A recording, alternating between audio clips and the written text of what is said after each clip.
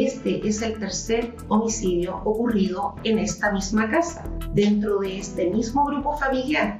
Es una cosa terrible, ¿no? Terrible porque generalmente uno como madre cría a los hijos, pero todas estas cosas, es que hay muchas cosas parece de atrás de la familia, peleas, qué sé yo. En ese momento llegó Julia Troncoso para defenderme, que él me abrazó, y Javier le dijo a su mamá: no te metas o le va a pasar lo mismo a los dos.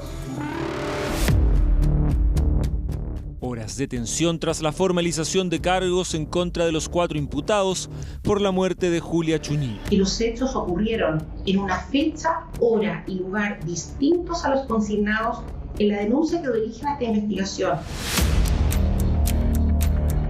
Tuvimos acceso a los detalles que revelan las razones de por qué Javier Omar Troncoso Chuñil se transformó en el principal sospechoso en esta investigación.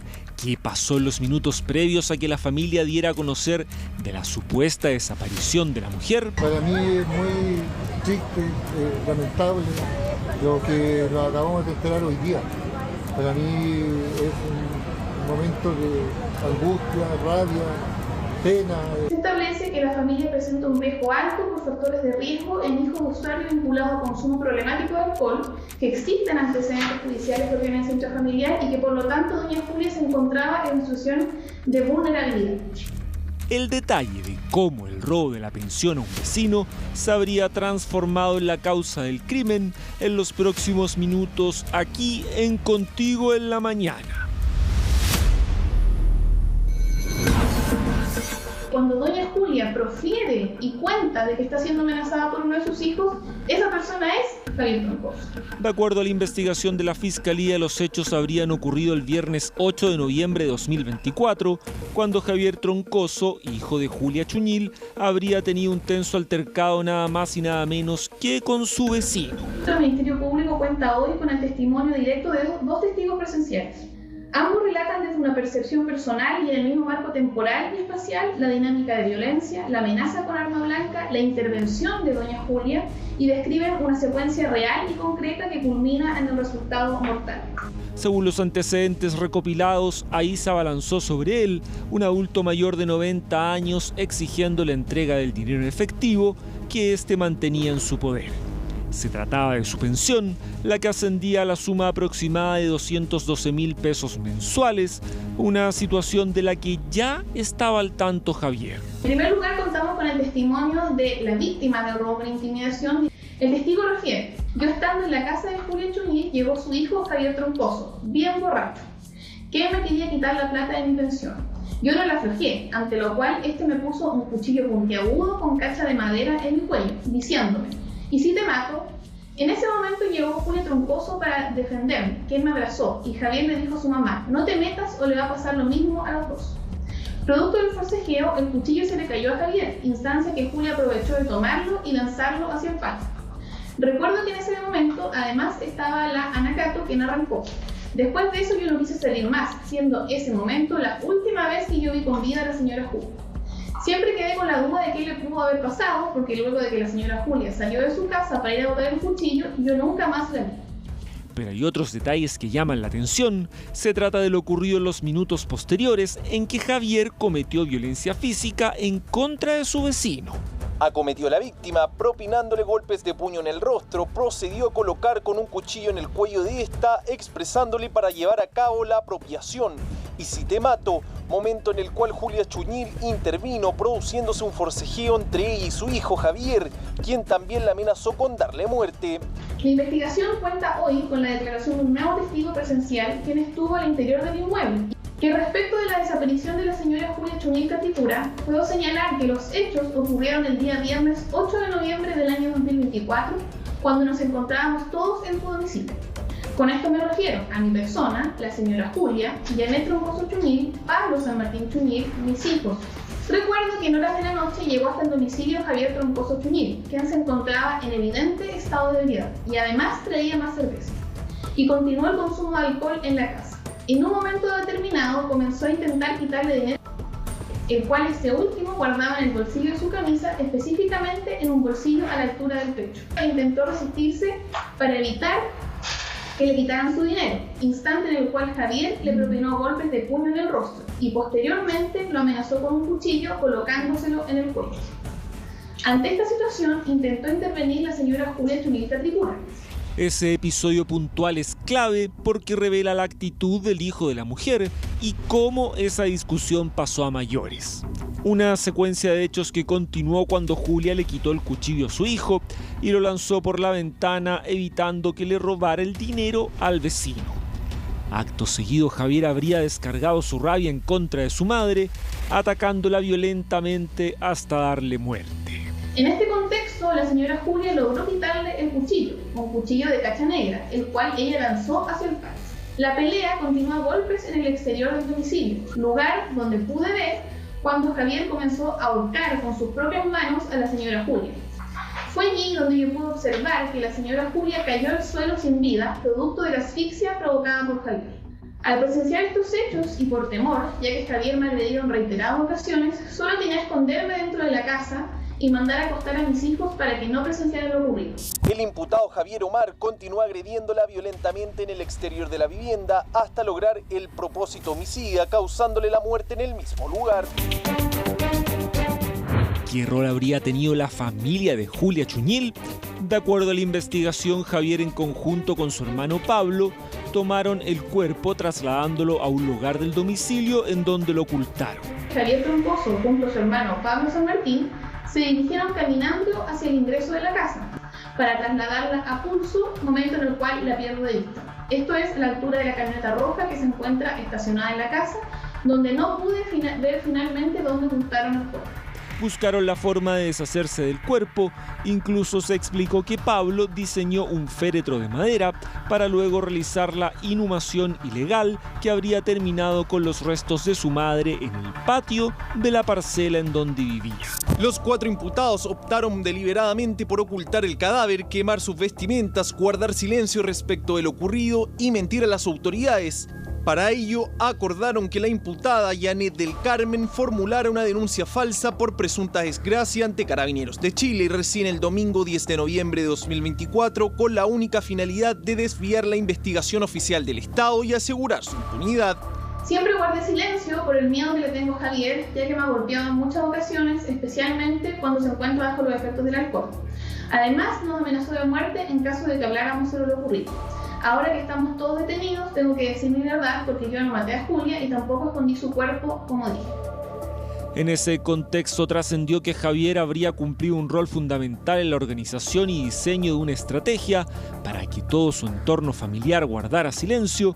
Incluso se ha especulado que habría obligado a su hermana Janet a realizar la denuncia tras ponerse de acuerdo en inventar que la matriarca había desaparecido. Se cuenta con la declaración del testigo reservado número 3, quien declara ante esta Fiscalía Regional y también ante personal de la Unidad CEP de Carabineros. El día viernes, según recuerdo, en horas de la noche nos encontramos en la casa de Huichán.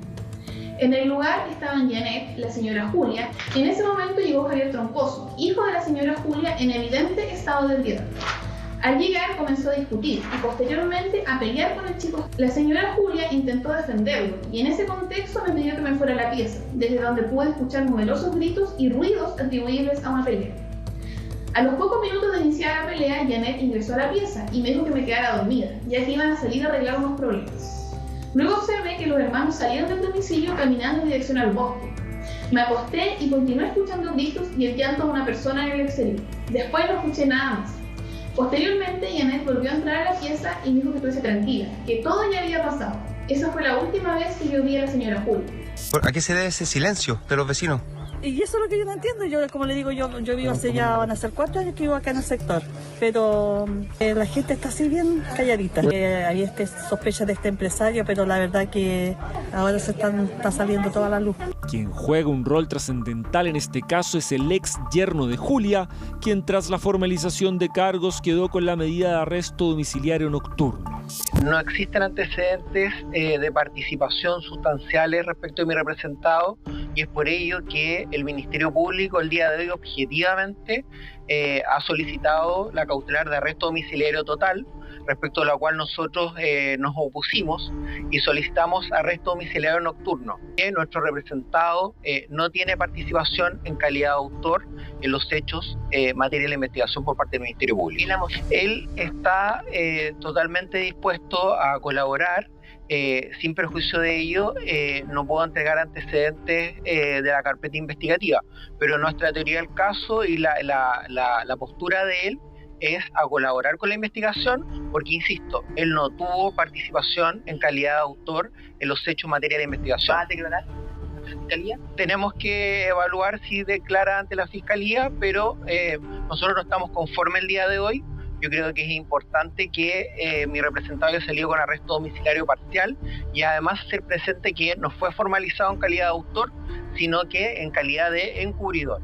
Esto tras revelar los detalles del crimen y contar cómo actuó Javier y sus hermanos. Janet informó que mi mami Julia se había perdido en el bosque.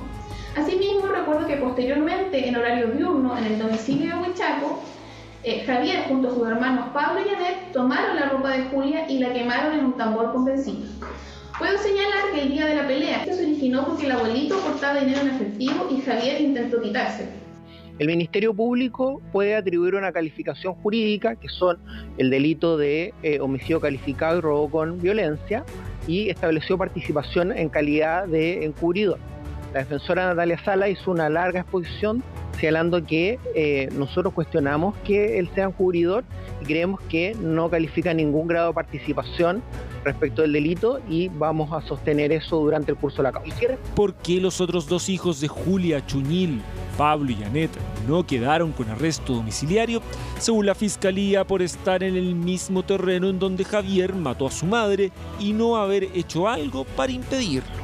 Respecto al ex yerno, intentamos hablar con él. Un equipo de nuestro matinal fue hasta su propiedad en Valdivia.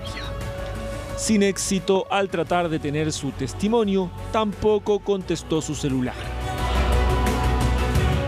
Realmente que a uno le sorprende porque, o sea, si es así como se dice, uno ve el nivel de la maldad del ser humano, ¿no? Y todo esto son cosas que, ambiciones, terrenos, hectáreas de terreno, qué sé yo lo que los movió. Bueno, está investigándose todo, pues, que salga toda la luz. Entre los antecedentes importantes entregados fueron los comentarios previos que había realizado Julia en la iglesia a la que asistía, como por ejemplo que habitualmente era agredida psicológica y físicamente por su hijo Javier. En dos ocasiones distintas, en dos iglesias del sector, la señora Julia Chuñil había pedido una oración por su vida. Le había pedido a las personas de ambas iglesias que oraran por ella porque ella sentía que estaba siendo amenazada por uno de sus hijos. Era tanto el miedo de doña Julia en el domicilio en el cual ella vivía que pidió que oraran porque sentía que era su vida o la de su hijo. Que el temor de la señora Julia no era ocasional y no era producto de un conflicto aislado, sino que se trataba de un miedo que era constante en su vida y que ella sentía la necesidad de realizar públicamente con personas que tampoco conocía tanto, eran personas de una iglesia. El temor que ella sentía era tanto que necesitaba buscar el consuelo y la confianza de otras personas.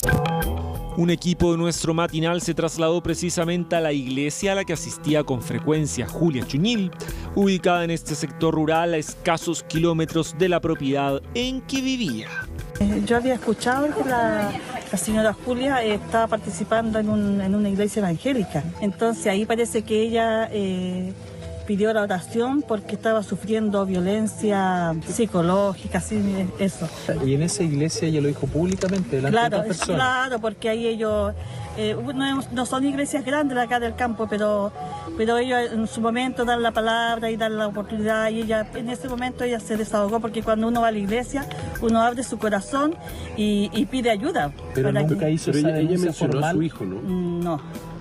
No. Porque lo que dicen es que ella mencionó que estaba en peligro su vida respecto a su hijo. Claro, sí, ella por eso pedía la oración, porque ella estaba sufriendo violencia de parte de sus hijos. En primer lugar, había dicho que la vida en su casa era un infierno, que estaba amenazada de muerte por uno de sus hijos y que era su vida o la de su hijo. Como dato, al momento en el que doña Julia dice estos dichos, se encuentran en el primer semestre del año 2024 y unos meses antes de su desaparición. Manifestó de forma verbal y pública que estaba siendo amenazada de muerte. No especificó por quién. Si bien tal declaración llamó la atención de los presentes, no se profundizó en el tema y el culto continuó con normalidad. Otra situación que generó sospechas es la actitud de los hijos tras la desaparición de su madre. El comportamiento de los hijos como herederos. En las semanas posteriores a la denuncia por presunta desgracia tuvieron una conducta que generó sospechas. Se apropiaron del patrimonio vendiendo bienes de su propiedad tales como su ganado y su carretón de bueyes, repartiéndose el dinero obtenido entre ellos. Es más, Javier, el día 8 de diciembre de 2024, casi un mes después del crimen, realizó una cotización para comprar una sepultura familiar en este lugar, el Parque Los Laureles de Valdivia. Pero como digo, la gente no da mucho crédito a lo que se está diciendo ahora. ¿Y de los veranos que usted ha venido, ha escuchado gritos, peleas? No, nunca, acá súper tranquilo. O sea, que la gente vive así, pues, súper apartado. ¿Qué cree que motiva todo esto? Bueno, usted sabe, porque las familias, sobre todo cuando hay tantos intereses, que hay tierras, terrenos, hectáreas, puede que lo haya movido alguna cosa de ambición. Una vecina de Huichaco, de iniciales XEAM, quien refiere que ella le compraba madera a doña Julia y que el dinero era administrado por sus hijos, que todas las transferencias de dinero se realizaban a la cuenta de la imputada Janet, y ella refiere que su esposo le comentó que posteriormente, durante esa visita, la señora Julia había manifestado sentirse agobiada por los conflictos familiares que mantenía con sus hijos, señalando que para ella era un infierno vivir en su casa. Otro dato fundamental en la investigación son las amenazas que habría realizado Javier y su familia al adulto mayor, su vecino, el mismo al que le quitaban su pensión. El hombre de 90 años se encontraba en una grave situación de vulnerabilidad, ya que por su avanzada edad, condición rural, aislamiento geográfico y estado de salud, fue víctima de maltrato físico y psicológico. Detención de los imputados ocurrida el 14 de enero de 2026, fue agredido corporalmente y sometido a violencia psicológica y tratos crueles y humillantes por parte de Javier. El 2 de diciembre de 2025, en horas de la tarde, el imputado lo insultó con palabras groseras. Lo ocurrido durante los días previos en torno a esta familia en Mafil también genera suspicacias dentro del contexto de la investigación. Esto tiene relación con lo que se relató durante la formalización y lo que ocurrió 10 días antes de que Julia fuera asesinada. El 30 de octubre, Chuñil traspasó un terreno de 2,9 hectáreas ubicado en Quinta Dañir, mediante una escritura de compraventa de usufructo a su hijo Pablo. Este terreno podía ser usado y gozado, pero no vendido en otra calidad que no fuera de usufructuario. A esto sumar el retiro de dinero que hizo la mujer. Se logró también acreditar que la última vez que doña Julia Chuñil retiró dinero de un cajero automático fue el lunes de la semana en que fue asesinada, en el Banco Estado de Mariquina, acompañada por el imputado, su hijo Pablo, siendo ella quien efectuó el retiro de dinero. Asimismo, se estableció que su último acto jurídico en vida fue la venta de su último terreno, de 2,8 hectáreas, a un par de kilómetros de su casa. Y este acto jurídico, esta venta la hizo precisamente al imputado Pablo San Martín, su hijo, pocos días antes de su muerte, concurriendo juntos a firmar la escritura en Mariquina el día 30 de octubre del año 2024. Esto medio otros antecedentes conocidos respecto a la figura de Javier Troncoso Chuñil, quien tiene antecedentes por violencia y cumplió condena en prisión. Su propia madre fue amenazada por él en 2014, incluso puso una denuncia en su contra, por lo que tuvo que ser desalojado. Años después fue denunciado por su hermano también por violencia. La víctima en este caso fue agredida con un cuchillo mientras Javier estaba ebrio. Yo accedí a darle la entrevista para que la gente vea lo que están haciendo con nosotros. La violencia no era un hecho aislado, sino que era un fenómeno persistente y conocido que ya había sido alertado por el sistema de justicia penal. Así podemos encontrar, por una revisión que se realizó a los distintos imputados de esta causa, que doña Julia ya había sido víctima de violencia intrafamiliar por parte de sus hijos, en particular por el hijo que se encontraba hace unas semanas atrás en condición carcelaria, y también por parte de su hija. Así, por ejemplo, podemos ver que en el año 2014, doña Julia ya había sido víctima de amenazas no condicionales en contexto de violencia intrafamiliar. Posteriormente, en el año 2016, también doña Julia Chuñil ya había sido víctima del delito de amenazas no condicionales en contexto de violencia intrafamiliar. Además, también en el año 2013, el imputado Javier Troncoso ya tenía antecedentes por el delito de robo por intimidación. Posteriormente, en el año 2016, ocurre un homicidio al interior de la casa de doña Julia, en la cual su hijo José Luis Troncoso Chuñil comete un homicidio en perjuicio de la víctima Sergio Guzmán Guzmán, hecho por el cual fue condenado. A Javier se le atribuyen los delitos de robo con violencia e intimidación frustrada, maltrato corporal relevante y trato degradante consumados en perjuicio de su vecino, además de parricidio consumado y maltrato habitual hacia su madre. En este caso, el miedo de los testigos es real. Los vecinos del sector tienen terror, y eso explica por qué nadie habló al inicio. El testigo que ve a doña Julia por última vez con vida el mismo día de los hechos, a metros de su domicilio, en compañía del imputado Flavio, un par de horas antes de su muerte. La misma noche en que ella fue asesinada, una vecina escucha por última vez la voz de doña Julia, gritos provenientes de su casa, reconociendo también las voces de los imputados Javier y Janet. Luego, esta testigo refiere silencio y posteriormente ruidos compatibles con martillazos cerca de la medianoche que se repiten durante las madrugadas siguientes. Decenas de testigos dan cuenta del grave contexto de violencia en el cual vivía doña Julia Chuñil. Por lo tanto, la violencia intrafamiliar era un riesgo conocido, objetivo y previo a los hechos que hoy nos convocan en esta audiencia de formalización. Son los detalles de las acusaciones en contra de los imputados en este caso, cómo habrían actuado Javier y sus hermanos y los antecedentes que revelan cómo fue el crimen de Julia Chuñil.